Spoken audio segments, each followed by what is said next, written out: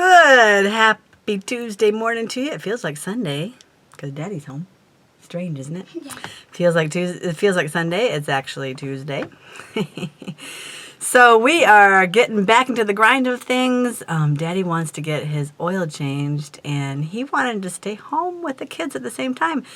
But you can't do that at the same time. And Olivia and Nick wanted to spend some time with Dad. So Catherine is going to have some mommy-daughter time. Right, Catherine? Right. Yay! So we are going to take Daddy's great big old cargo van. It's a big one. Woo-wee, it's big. And We can put animals out we there. have all kinds of stuff back there. And we are going to go take it to get the oil changed and run a few errands and spend the day together. Right, Peanut? Right. Are you having fun, Catherine? Are you, what are you doing? He's playing with Daddy's earplugs. He's got earplugs he wears. She's finding stuff to do. She's finding stuff to do. So we have, we've been to get the oil changed for Daddy. And we went to Woodman's to do some grocery shopping. And I went to Famous Footwear and returned some shoes. Next is Fruit for Yield, another health food store. And then we're going to go get something to eat. Sound good to you? Yep. Are you happy? Yep. You liking your mama time? Yep. What are you doing now? Putting in the other earplugs. Oh, don't do that, please. Can't open the case though. All right, let's go. You ready? Yeah. How's that thumb tasting? Good as strawberry carrot chips. Oh, yummy, yum, yum. Strawberry carob chip, you said? Yeah. So we're going to play in the playground, but first we have to see if these geese are going to move out of our way. Move out of the way, geese. I think they're going to walk away. They're going. They're moving. So we're going to work off our lunch, and then we are going to go to Costco. Do a little shopping there. We made it back, Daddy. Hey, welcome back. Thank you. Catherine and I had a great trip in your van. Got your oil changed. Thank you. You're welcome. Got a lemon seed in my mouth. So Daddy's enjoying some sulfur thyme and lemon water. He Yeah. got me some too. It's delicious.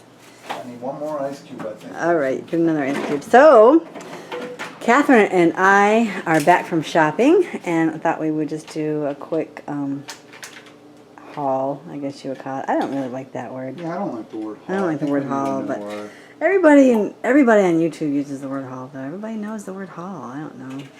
So anyways, this is the bountiful blessing that God has provided for us, and we want to share with you what we were able to find today. So unfortunately, this is something that I'm not too happy about, but since I was shopping, I wasn't baking bread. So this is our backup bread, organic, of course, but I'm going to bake some tomorrow. Are you happy about that, Dad?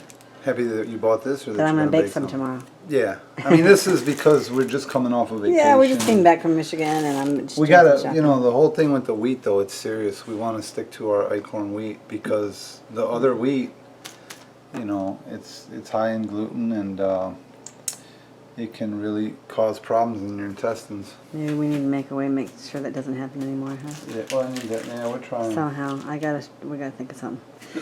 Anyways, then we got some organic strawberries, delicious grapes.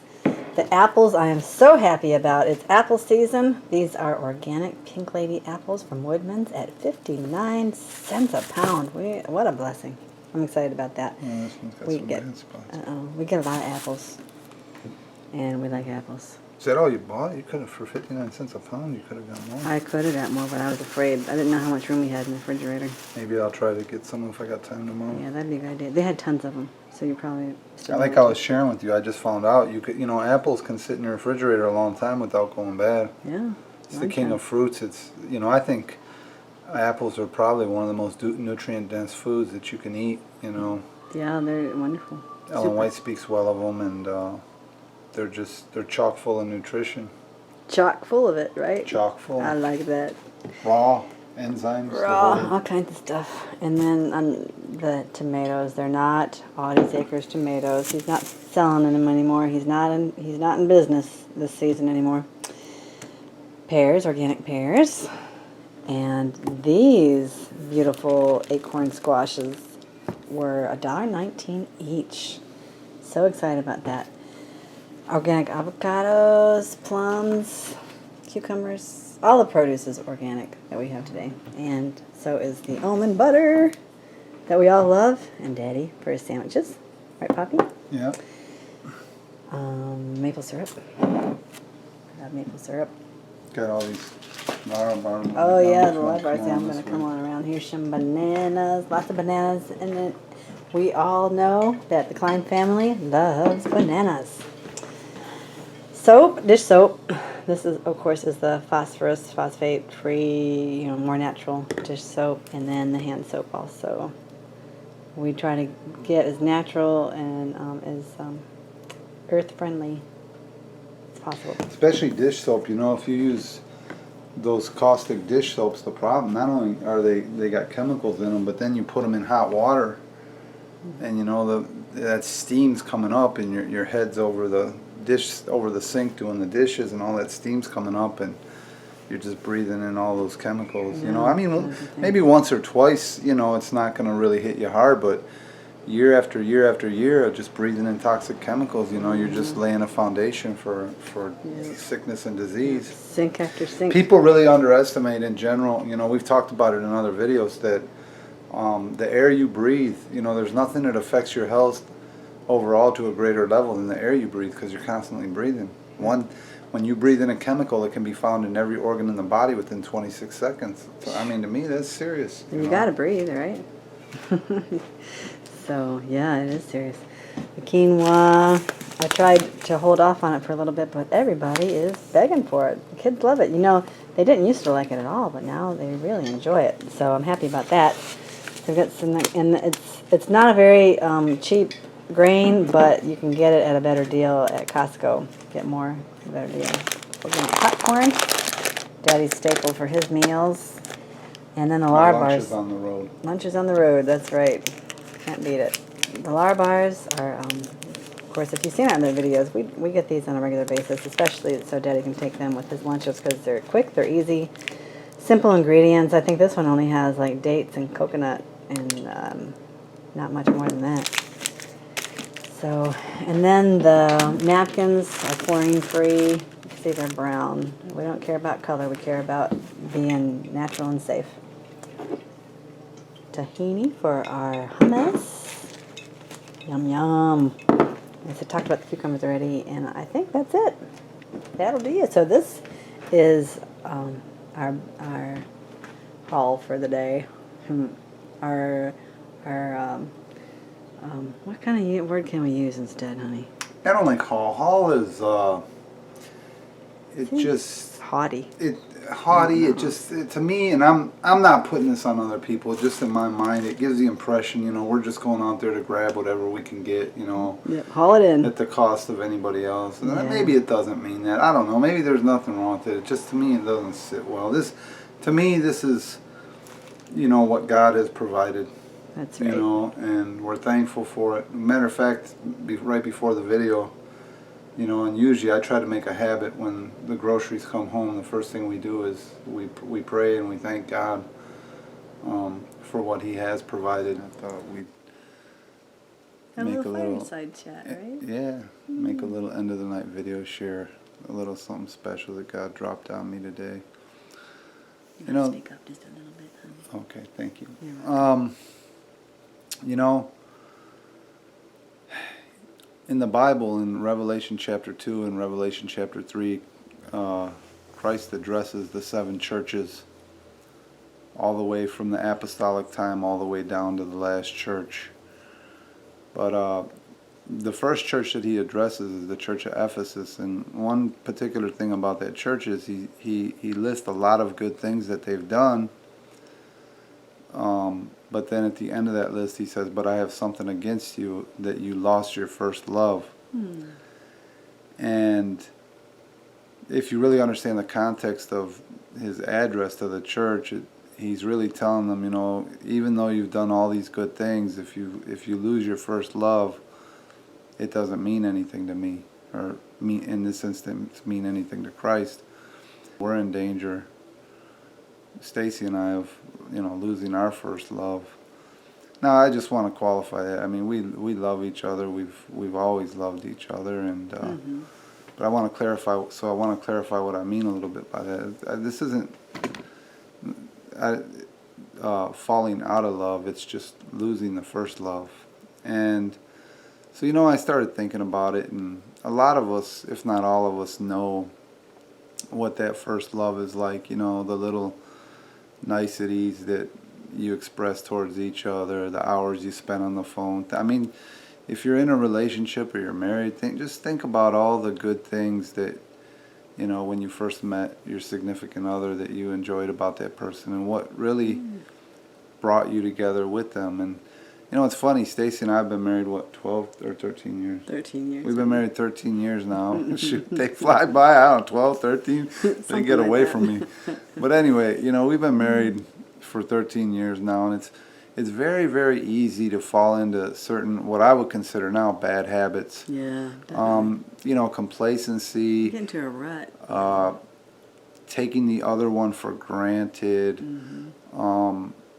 Focusing. Another thing, after when you know someone for a long time, it's easy to focus on their faults instead of focus on their better attributes.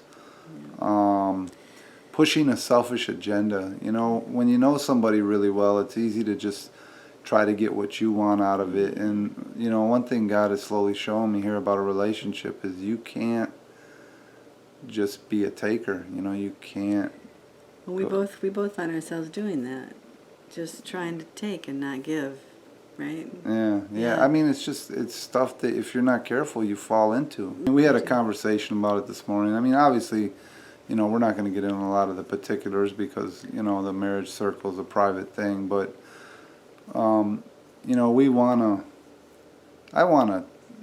first love with my wife was great, and I want to just re-find it, I mean, I love her anyway.